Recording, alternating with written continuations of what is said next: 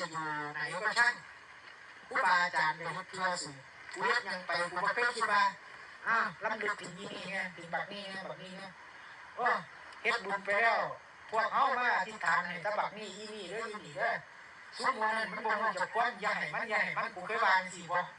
เวลากูเฮ็ดแต่ละคนแต่ละคำสิทั้งหมดให้มึงพ่นให้มึงม่วนขี่ไข่มึงล้างอาบน้ำล้างตัวมึงให้หลอดไว้ตามึงถึงฟ้ามึงฟ้าแกงมึงสิได้ใส่เหลือตัวเองได้แม่ใหญ่บ่เปลี่ยนต้องใหญ่เปลี่ยนพ่อแม่ครูบาอาจารย์เลี้ยงลูกน้อยเพิ่นเข้าใจว่าภาวะลูกน้อยเป็นไงสภาวะสติสมาธิปัญญาบ่เท่ากันเพิ่นก็เข้าใจสภาวะที่เกิดต้องยอมรับได้ว่าเกิดจากกรรมเป็นผู้มีผลไม่มีตัวตนแต่ให้อิทธิพล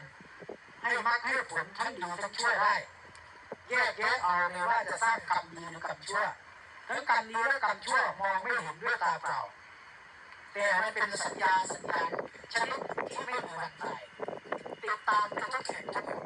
เป็นมรดกที่แท้จริงยึดมั่นถือมั่นไว้เท่าไหร่ยิ่งเป็นอมตะแต่ทีนี้เราไปยึดมั่นถือมั่นไว้ทั้งดีทั้งชั่วเป็นอมตะก็ไม่พ้นทุกข์ได้สักทีกินข้าวไปเสียดายเปลือกทั้งนั้นยึด